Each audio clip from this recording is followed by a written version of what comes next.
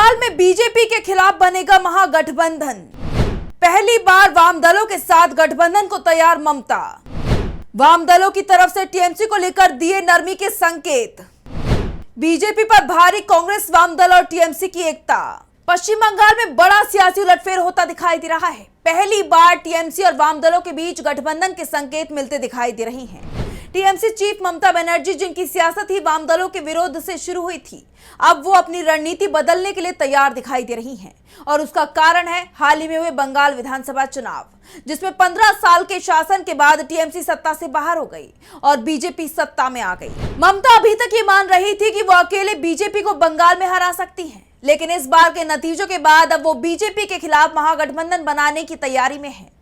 वैसे कांग्रेस की तरफ से पहले भी इस तरह की कोशिश की गई थी, लेकिन टीएमसी चीफ इसके लिए तैयार नहीं थी। लेकिन अब हालात बदल गए हैं। वैसे बीजेपी के नेता भी ये मानते हैं कि अगर टीएमसी और लेफ्ट के बीच गठबंधन हो जाता तो बंगाल में इस बार भी उनके लिए जीतना मुश्किल हो जाता, और अब भविष्य में ये गठबंधन होता है तब बीजेपी की हार तय है। लेफ्ट और टीएमसी के बीच घटती दूरी और बीजेपी की बढ़ती मुसीबत को लेकर ही आज हम अपनी स्पेशल रिपोर्ट में करेंगे बात। नमस्कार, मैं हूं आंचल।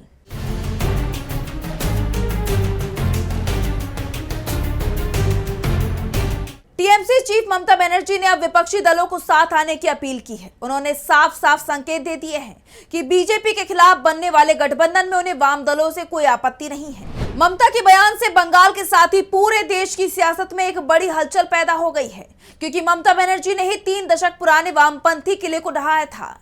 आज वही उनके साथ मंच साझा करने की बात कह रही हैं, क्योंकि ममता बनर्जी को इस बात का एहसास है कि अब उनका सामना वाम दलों से नहीं है। पिछले 10 सालों में बंगाल की राजनीतिक जमीन पूरी तरह बदल चुकी है। एक तरफ वाम दल बेहद कमजोर हो गए हैं। एक समय उनका वोट शेयर 40% से ज्यादा होता था, जो अब घटकर 6% के करीब रह गया है। वैसे इसके लिए भी ममता बनर्जी को ही जिम्मेदार माना जाता है, क्योंकि उन्होंने ही वाम दलों को लगातार कमजोर करने की रणनीति अपनाई थी, जिसका कहीं ना कहीं बीजेपी ने फायदा उठाया, क्योंकि टीएमसी को यह डर था कि वाम दल उससे सत्ता छीन सकते हैं। इसलिए ममता सरकार में सबसे ज्यादा हमले वाम दलों के नेताओं पर हुए। वाम दलों में सेंधमारी की गई। टीएमसी की नीति से वामपंथी पार्टियां धीरे धीरे कमजोर पड़ी तो उनकी जगह बीजेपी लेती चली गई, और 2021 के विधानसभा चुनाव में बीजेपी ने वाम दलों से बंगाल में मुख्य विपक्षी दल का दर्जा भी छीन लिया। 5 साल बाद 2026 के विधानसभा चुनाव में ममता बनर्जी से सत्ता भी छीन ली। इसके बाद ममता बनर्जी को भी एहसास हो गया है कि वोटों के बिखराव के चलते बीजेपी को फायदा हुआ। अगर बीजेपी विरोधी वोट नहीं बिखरा होता तब इस बार भी बीजेपी के लिए बंगाल जीत पाना सपना बनकर रह जाता। अब विधानसभा चुनाव के नतीजे देखें तो उसमें बीजेपी की बड़ी जीत दिखाई देगी। बीजेपी को 207 सीटें मिली, जबकि टीएमसी को 80 सीटों पर जीत मिली है। वाम दल सिर्फ 1 सीट जीत पाए हैं, जबकि कांग्रेस को 2 सीटों पर जीत मिली है। वाम दल और कांग्रेस की सीटों की संख्या भले ही कम रही हो, लेकिन ये दल अगर टीएमसी के साथ आते तब बंगाल का नतीजा ही बदल जाता। और ये नतीजा कैसे बदलता, इस पर भी जरा नजर डाल लेते हैं। बंगाल विधानसभा चुनाव में अगर वोट शेयर की बात की जाए तो बीजेपी को 45.85% वोट मिला, जबकि टीएमसी गठबंधन को 41.08% वोट मिला। इसमें से टीएमसी को 40.8 और टीएमसी की सहयोगी बीजेएम को 0.28% वोट मिला। यानी बीजेपी और टीएमसी गठबंधन के बीच वोटों का अंतर 4.77% के करीब रहा। यानी वोटों का अंतर सिर्फ 4.77% का रहा, लेकिन ये सीटों में 127 का हो गया। यानी 5% से भी कम वोटों के अंतर के चलते बीजेपी इतने भारी भरकम बहुमत के साथ बंगाल की सत्ता में आ गई। लेकिन ममता ने समय पर कदम उठाए होते और बीजेपी के कट्टर विरोधी दल कांग्रेस और लेफ्ट को भी साथ ले लिया होता, तब चुनाव नतीजे पूरी तरह से पलट जाते। चुनाव में लेफ्ट गठबंधन को 6.74% वोट मिले हैं, जिसमें सबसे ज्यादा वोट 4.45% सीपीएम को मिले, जबकि कांग्रेस को 2.97% वोट मिले। अब आप देखिए, अगर टीएमसी, लेफ्ट गठबंधन और कांग्रेस का वोट मिला देते हैं तब ये कितना है। टीएमसी के पास 41.08%, वहीं लेफ्ट के पास 6.74%, कांग्रेस का 2.97%, यानी कि कुल मिलाकर हो जाता है 50.79%।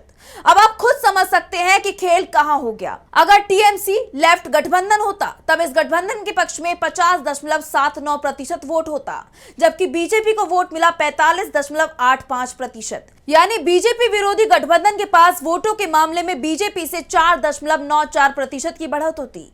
यानी जो नतीजे सामने आए हैं उसके बिल्कुल उलट नतीजे सामने आते। यानी बीजेपी के पास 80 से कम सीट आती, वहीं बीजेपी विरोधी मोर्चे की सीटों की संख्या 200 पार कर जाती। लेकिन ममता लेफ्ट और कांग्रेस से दूरी बनाकर बड़ी चूक कर गई और इसका नतीजा उन्हें अपनी सत्ता खोकर चुकाना पड़ा है। वैसे देर अभी भी नहीं हुई है। एक बात साफ है कि बीजेपी के पास विधानसभा में जरूर बहुमत आ गया है, लेकिन जनता का बहुमत अभी भी उनके पास नहीं है। विधानसभा चुनाव के नतीजों के बाद ममता का रुख बदलता हुआ दिखाई दे रहा है। उनके हालिया बयानों में साफ हो गया है कि राष्ट्रीय स्तर पर और विशेष रूप से बंगाल में बीजेपी को रोकने के लिए विपक्ष की एकता जरूरी है।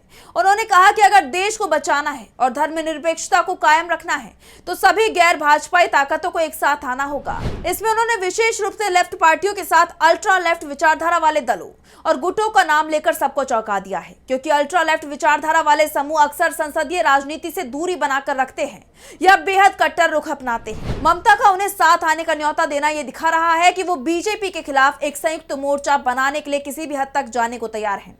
वैसे अभी तक वाम दलों की तरफ से ममता के इस प्रस्ताव पर कोई जवाब नहीं आया है। बंगाल में सीपीएम तो खुलकर ममता बनर्जी पर आरोप लगाती रही है कि उनकी नीतियों के चलते ही बंगाल में बीजेपी को जगह मिली है। वैसे सियासत हो या जंग, एक बात हर जगह लागू होती है और ये एक कड़वी सच्चाई भी है, जिसमें कहा जाता है कि दुश्मन का दुश्मन दोस्त होता है। अब तक जिस वाम दल को ममता अपना सबसे बड़ा दुश्मन बताती थी, 2026 में वो उसे अपना एक संभावित सहयोगी तलाश रही है। जहां टीएमसी और लाल सितारा एक ही झंडे के नीचे बीजेपी को चुनौती देते नजर आएंगी, वैसे ये गठबंधन अगर तैयार होता है तो 2029 के लोकसभा चुनाव में बीजेपी के लिए बहुत बड़ी मुश्किल खड़ी हो जाएगी, क्योंकि विपक्षी गठबंधन के पास बीजेपी से ज्यादा मजबूत वोट बैंक होगा। वैसे 2029 से पहले यानी 2028 में भी विपक्ष के संभावित गठबंधन की एक परीक्षा हो जाएगी। 2028 में पश्चिम बंगाल में पंचायत चुनाव होंगे और पश्चिम बंगाल का सियासी रुझान पंचायत चुनाव से ही तय हो जाता है।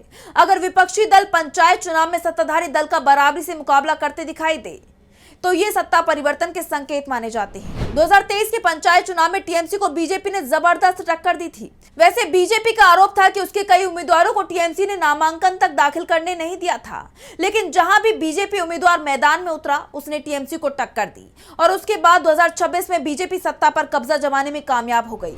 ऐसे में 2028 का बंगाल में होने वाला पंचायत चुनाव विपक्ष के लिए बड़ी चुनौती बन सकता है।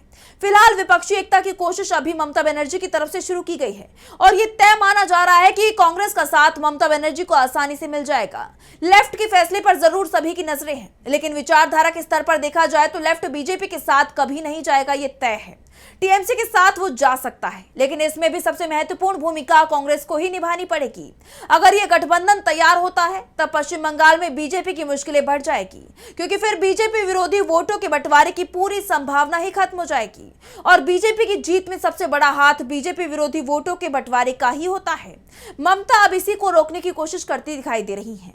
ऐसे में अब सभी की नजरें एक बार फिर से बंगाल की सियासत पर टिकी हुई है कि क्या यहाँ विपक्षी मोर्चा बनेगा, और अगर बंगाल में विपक्षी मोर्चा बनता है तो इसका असर पूरे देश की सियासत पर भी पड़ सकता है। पूरे देश में बीजेपी के खिलाफ एक मजबूत विपक्षी मोर्चा तैयार हो सकता है। तो फिलहाल स्पेशल रिपोर्ट में बस इतना ही। वीडियो पसंद आए तो लाइक करें, साथ ही हमारे चैनल को सब्सक्राइब करें। नमस्कार।